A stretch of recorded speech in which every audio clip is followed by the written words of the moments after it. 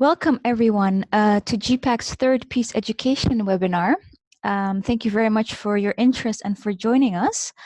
I am Denise Duzenli. I'm the Communications Advisor at GPPAC, and I am joined today by our Peace Education expert, Dr. Iryna Brunova-Kalisetska.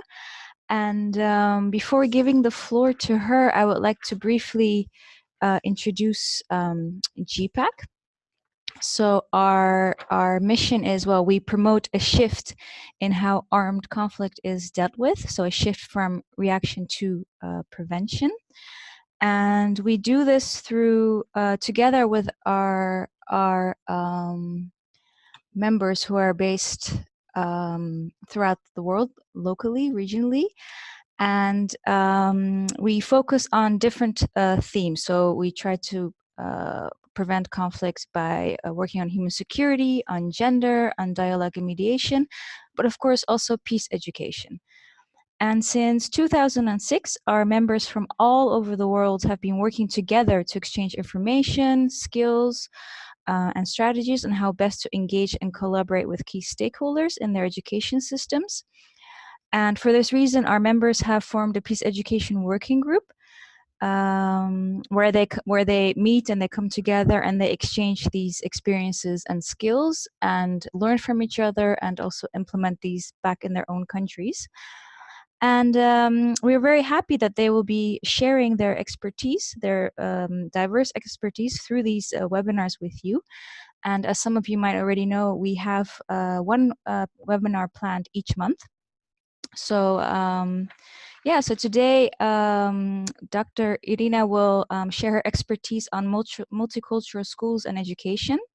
She has a PhD in psychology and for 20 years has been working with identity-based conflicts as a researcher, trainer, educator, and facilitator.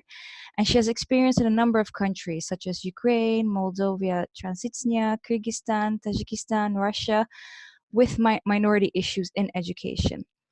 So I will now give the floor to her, and at the end we will have questions. We will have time for questions. So if you have any questions, you can ask already in the chat functionality if you prefer that, or you can also ask afterwards after the presentation is done.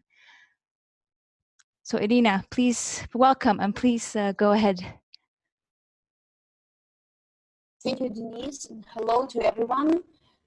Just want to check technically if you hear me. If anybody could write, please, in chat, for example. Sorry, Iryna? Yes. Do you hear me? The volume is very very low. We can hear you very, very softly. Well, I'm not sure what I would be able to do with that.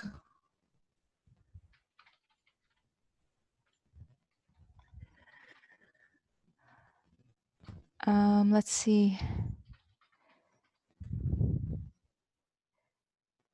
Can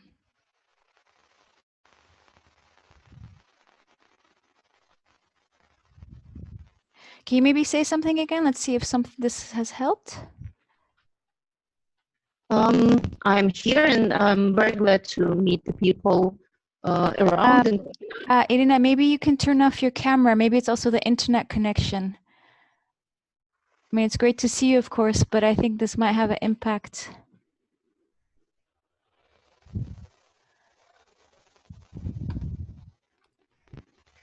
So I turned off the camera. Is it better?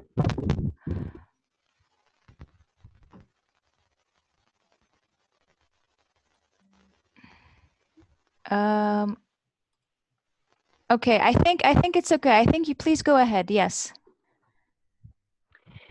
So welcome to everyone.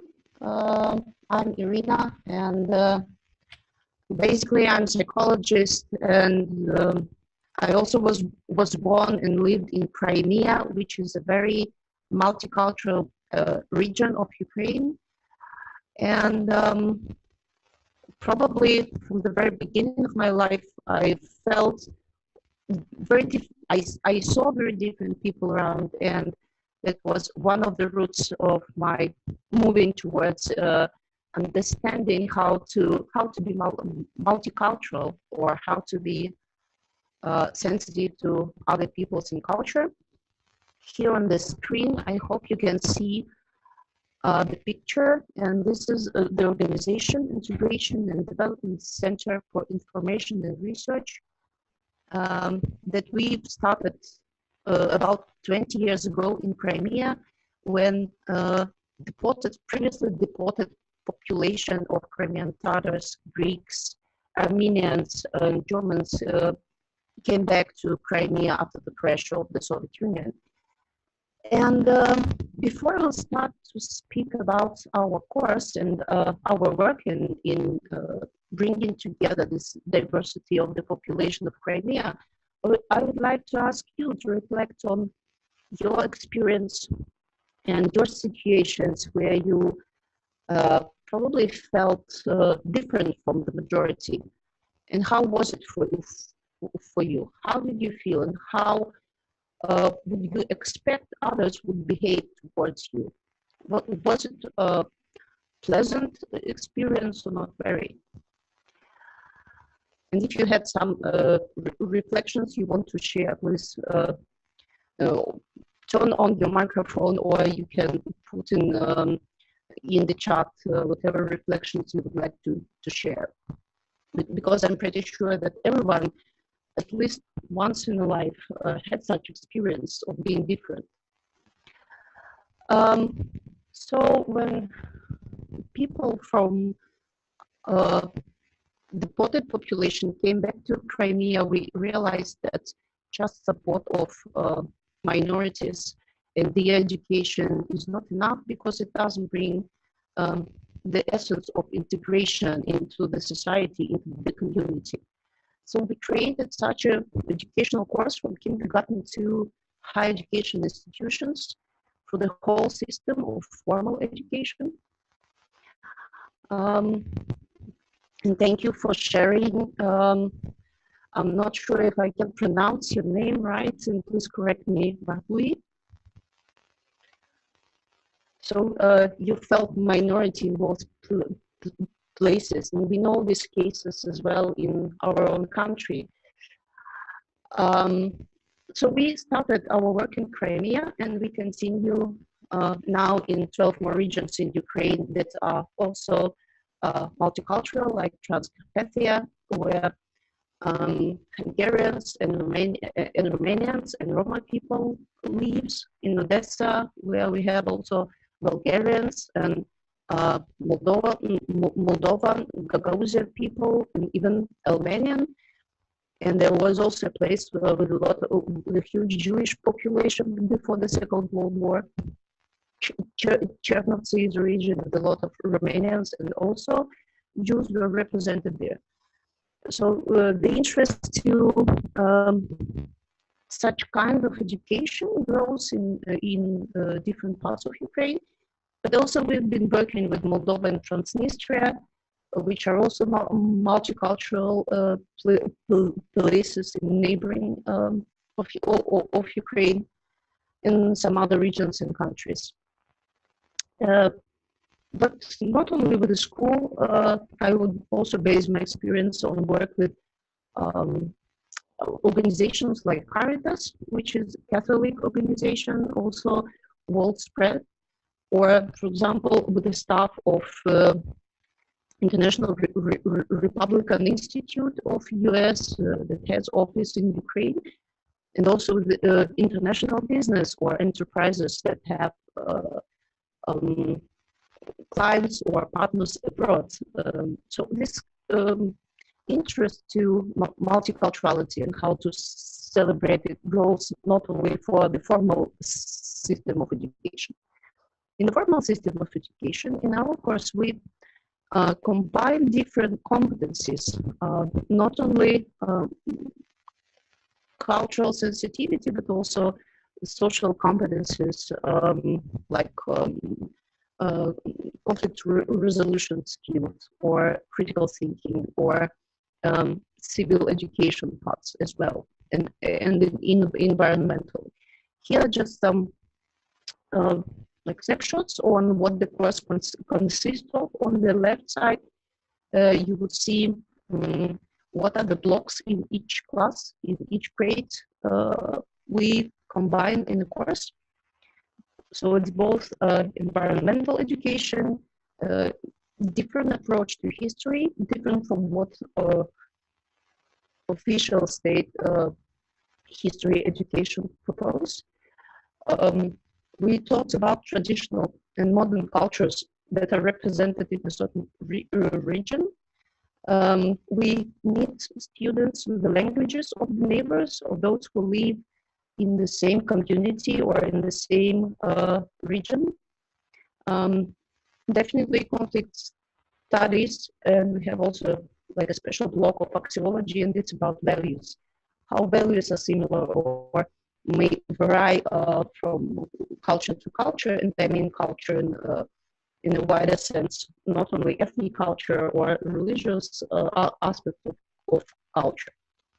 On the right hand, you see the specific of this course, and I stress with a blue hand those aspects that are about how to be culturally sensitive and what this course gives students in this development of cultural sensitivity on different levels. Here's what we see as culture, and I think you're familiar with this scheme of iceberg of culture. Above the water is what we see, what is evident.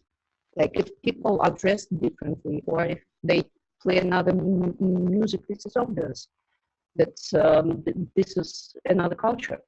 But there is a lot of other things that are, I would say, hidden, and sometimes differences are not that evident, but they can influence relations, and definitely it will influence how do we teach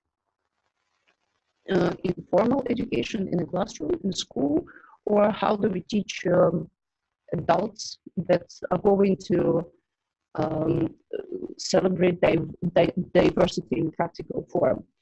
So these aspects, like different concepts of beauty, or different concepts of self-evaluation, or rituals, or concepts of food tolerance, this is all, it can be included in any kind of education, I'm pretty sure, after 20 years of training and teaching adults and youth. I would also share this model of intercultural sensitivity that we also based on.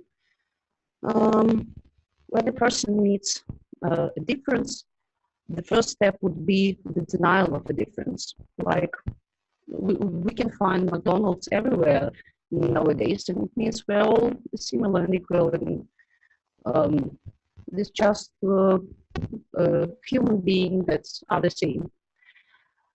Then a person meeting a difference could try to prevent herself or himself of these difficulties. What does it mean to be different? If my culture is the best, and I learn how to be a good person in my culture, why do I switch to another culture? Why do I take it into attention at all?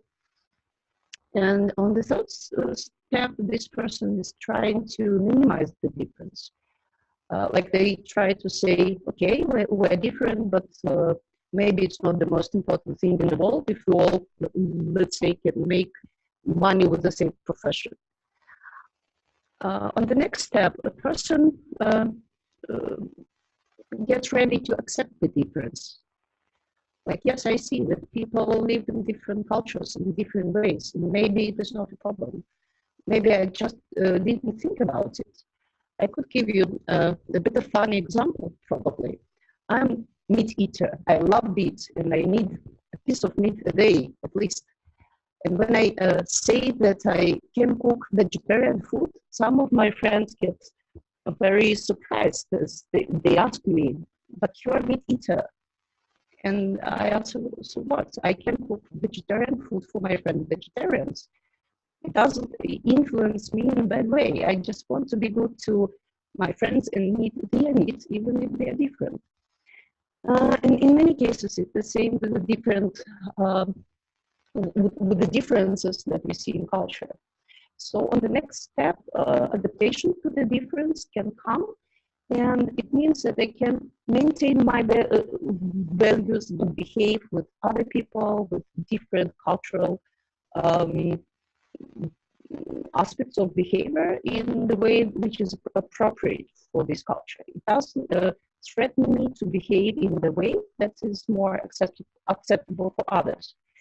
And then we come to integration of the difference, that I'm ready to vary my behaviors or my thoughts in a way that would be culturally sensitive.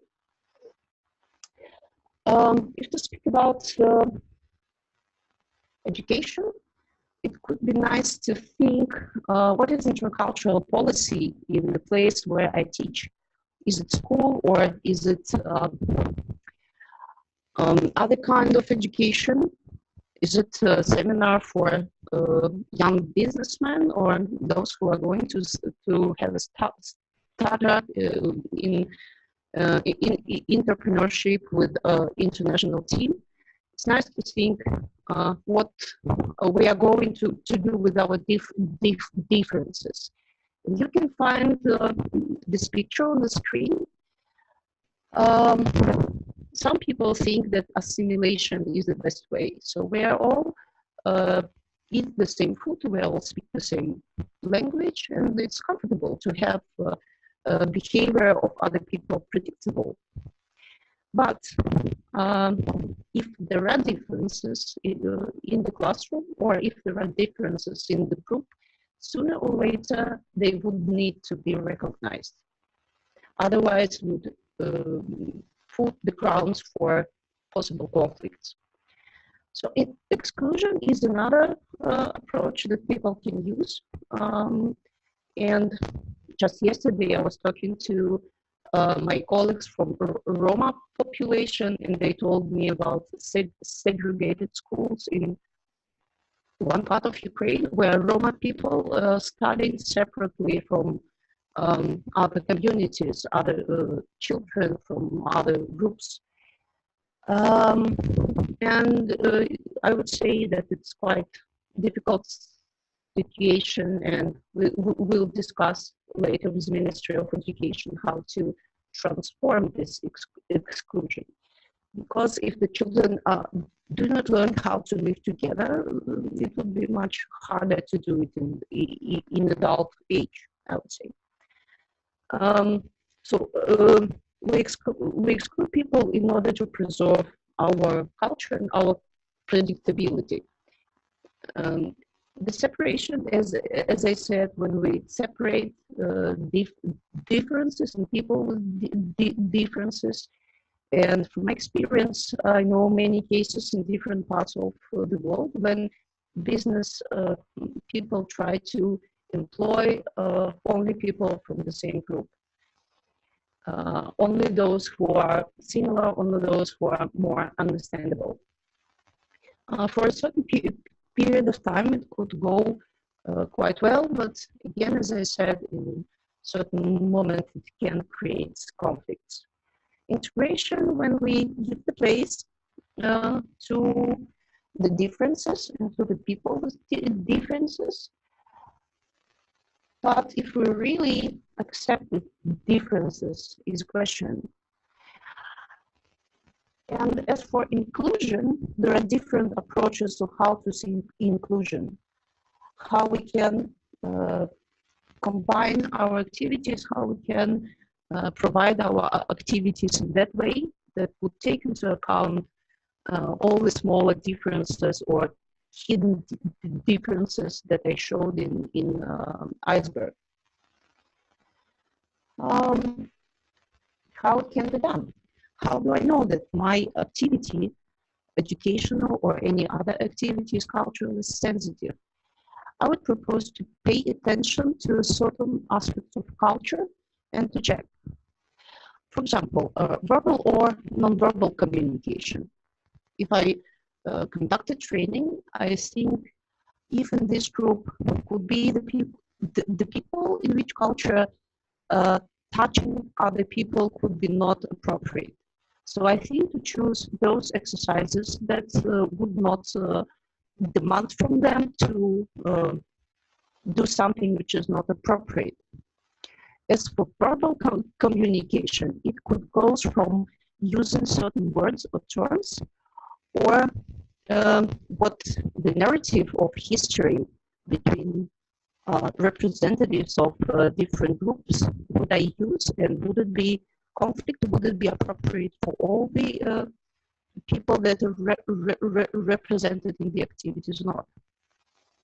Emotions, another part, and I also had case when I was talking to a colleague from a similar culture, emotional culture, and the colleague from quite different emotional culture that was more calm, I would say, thought that we are in conflict because we were more emotional than it was possible, or then it was acceptable for the culture of the third colleague. And she wanted to intervene even, but then we discussed that it was just the way that we use emotions in the conversation, and it wasn't conflict at all. Time is a concept that culture are different from each other. It means the time of being late, for example, is different in different culture, or how we organize time, both work time and time for relaxation. Do they include time as a value? And cultures are different because of time. It also can be taken into account planning different activities. Meal, and I had quite a sad example. I was in a group of people from around the globe, from 30 countries, I think, and it was in one of the European countries, and we were there for about a week. And definitely there were representatives from Muslim countries as well. And they were asked for halal meat meal, and it wasn't possible somehow for the organizers to meet this important need, although in this country it is not a problem. So the meal could be also points to think if I'm culturally sensitive to the needs of the different cultures that can be in the form of this or that meal. Dress code is also an interesting moment, how we are dressed, how we accept other people dressed in another way. And I remember when I was teaching in the university in Crimea, there was one of the students in the hijab, and after 5 years of education, he told us that the university was the most, and our department was the most comfortable for her, the most safe place for her to be dressed in hijab than in the other place like shops or streets where she felt not that well. Gender issues, of course, languages, and I also had quite an interesting example about languages. We were with a group of educators and teachers in Latvia, in Riga, in the university, where students were studying English and other foreign languages, and it was there an exchange student from Turkey. And in my group of educators, there also was a lady who was able to speak Turkish language, and she said a couple of words in Turkish to this exchange students, and the student has answered. And another students from Latvia who were there in the classroom, they said like, wow, you are here for a semester, and we have never heard you speaking your native language. We were not aware that your language is different from English and your language is different from Latvian. So it was a case when they heard this mother tongue for the first time. Problem-solving approaches could be different in different cultures.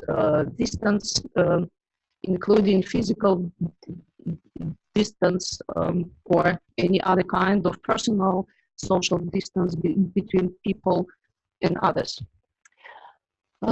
So if I want to check if I'm culturally sensitive or not, I can see other languages that are mother tongues for the people in the classroom are being heard in any form, in simple conversations during coffee break, or if they're represented in written form in science that we use in the classroom, in whatever way. Do we take into account meal or time or emotions?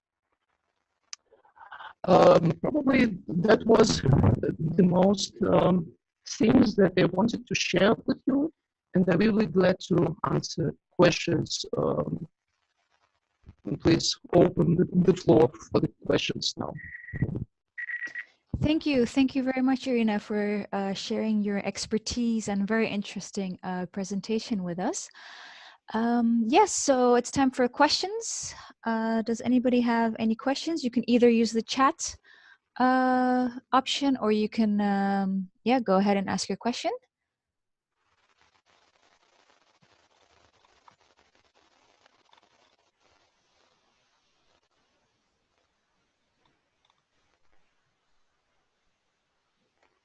Anyone?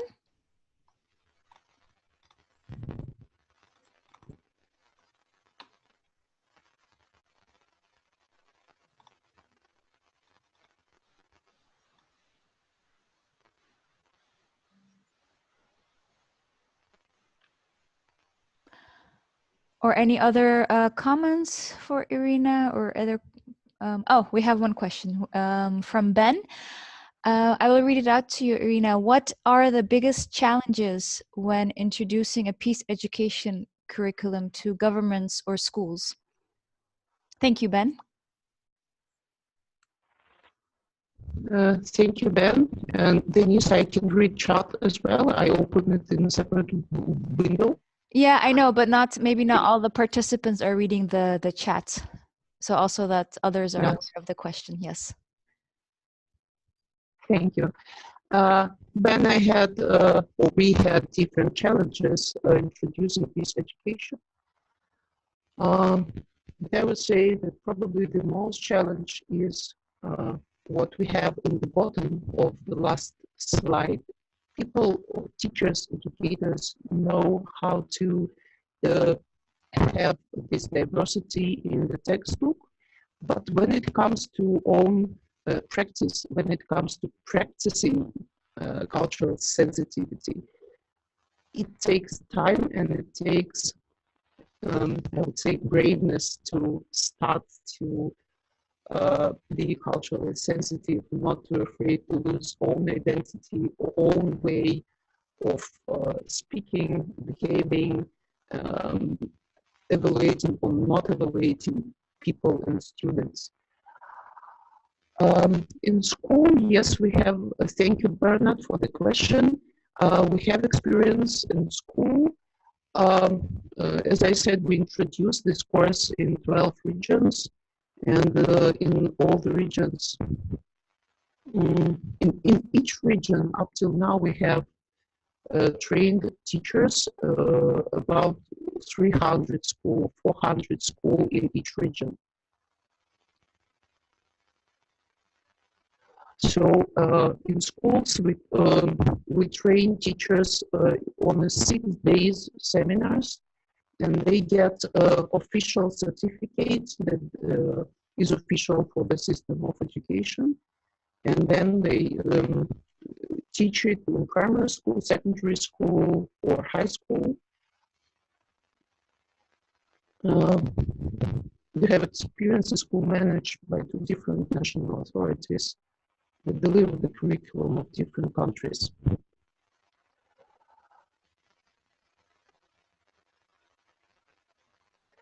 I'm not sure if I got your question right. As for I don't know if the example of Moldova and Transnistria is something which is compatible to your question. Moldova and Transnistria currently, after the war, have two different systems of education with different authorities, educational authorities in particular. And we work together with both system of education, helping them, assisting them to elaborate their versions of the similar course, and they were working together in partnership, I would say. Yeah, thank you, Iryna. Maybe because Bernard added another addition to his question. Did you see that? Yes, I see. Okay. We did not have like agreements between countries, but we, as I said, we have agreements of two authorities, educational authorities in Chisinau and Tiraspol. As Transnistria is not recognized as an independent state, but they have the authorities. It was like a joint work. It is not possible, politically not possible, to have an official agreement between the ministries of education.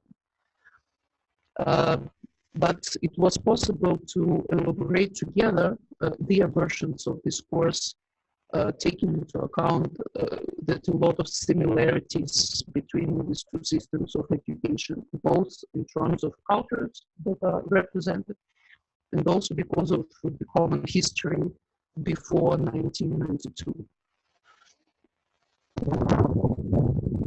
You're welcome, and thank you for the question. Thank you very much. Any other questions from anyone? Yasmin, yes. Should I just read it out so everybody knows the question? Iryna, is that okay? I will read it out loud. Okay. Yasmin, thank you for the question. Thank you so much for the great presentation. I was wondering if you could speak a little bit more about power within the classroom setting, even after training. Maybe some children from minority ethnicities may feel uncomfortable speaking up. How can we tackle this power distance? Here I'm specifically referring to the context where it's a major issue. In order to prevent this moments when the children from or the students from minor ethnicities feel uncomfortable, we provide different approaches or different methodologies for the teacher, how make minorities more accepted, how to make them feel more comfortable, how to recognize all the differences presented in the classroom, and how to make all the voices being heard. For example, in the block on languages of friendship, all the languages that are represented in the classroom, doesn't matter how many children are speaking this language, or for how many children this language or that language is a mother tongue. All the classroom will learn how to say hello, goodbye, or happy birthday in all the languages that are represented. And from our system of monitoring and evaluation, it helps minorities feel accepted and presented. I hope I answered, Yasmin.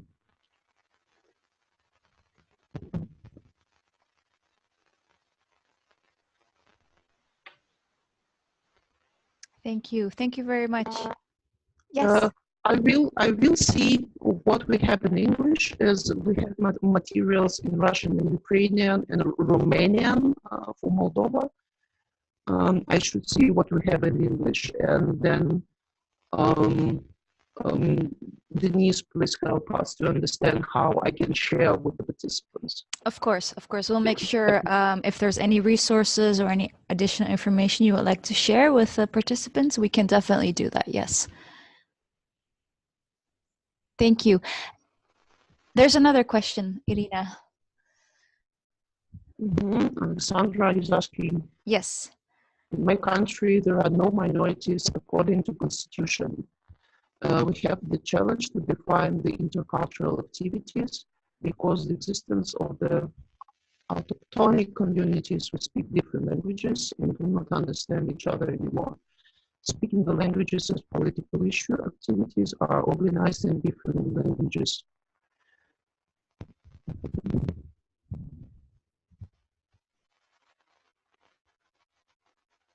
Well, if say that minorities exist would counter constitution, I wouldn't use this word, but I would speak about differences that people have.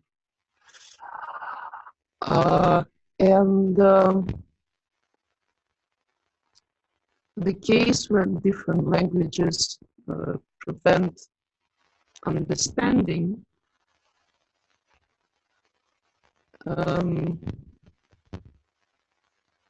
I would say that first of all, the common language could be English if people speak English or any other language which is outside of the problem. It wouldn't lead to the conflict of identities.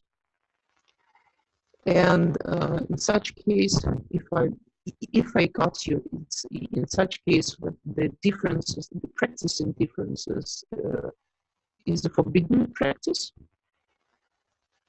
I would see what common people have and what are the versions or variations of common things we have.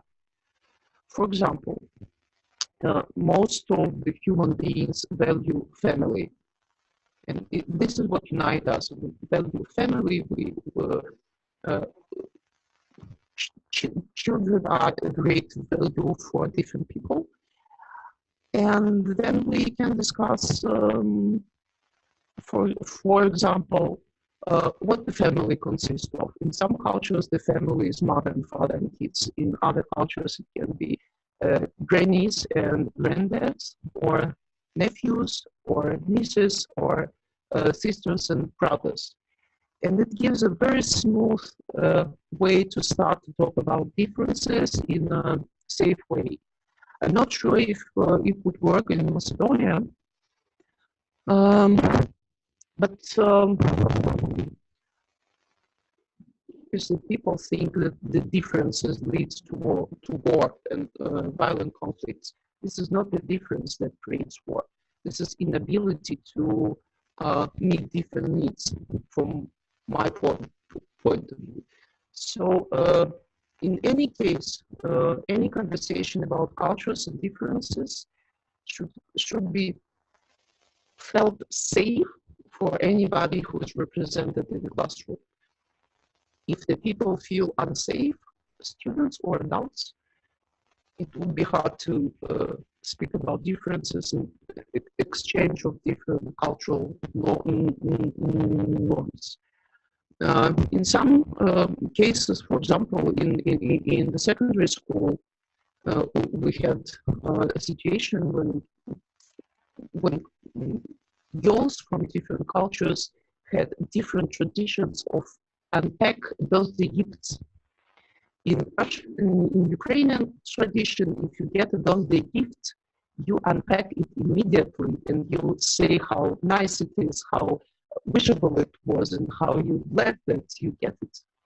And for example, in Crimean Tatar culture, people do not unpack gifts immediately.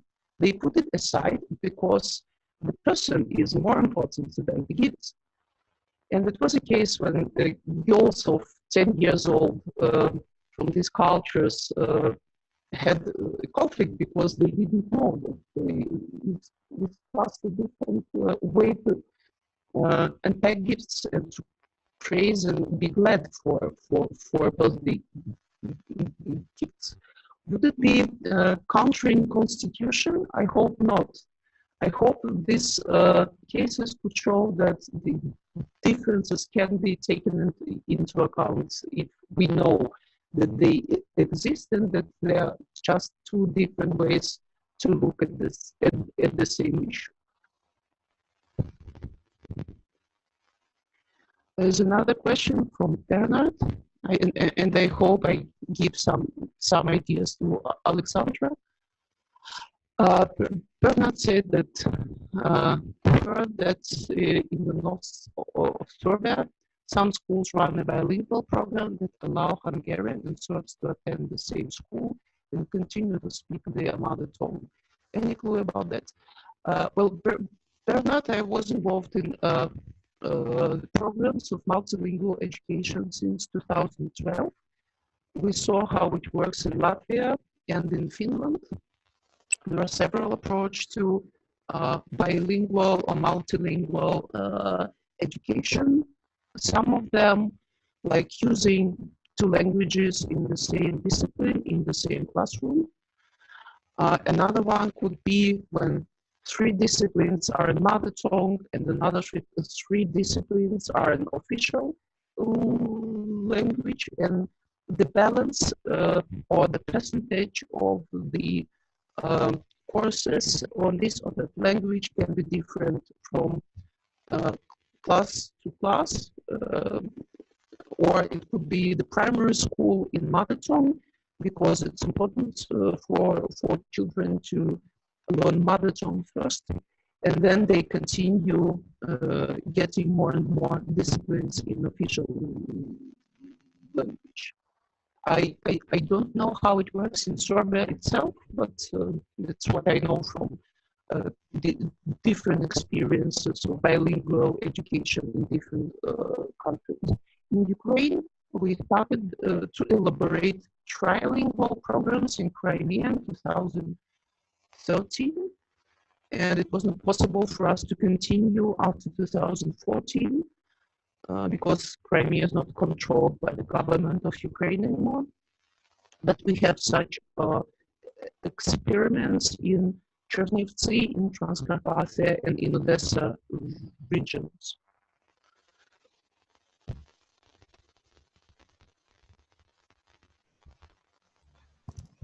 Thank you very much. And thanks everyone for your interesting questions.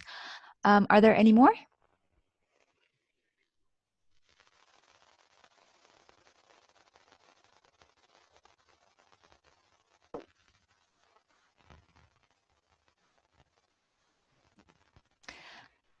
I think unless there are no more questions or any more comments from you, Iryna, we can end this webinar.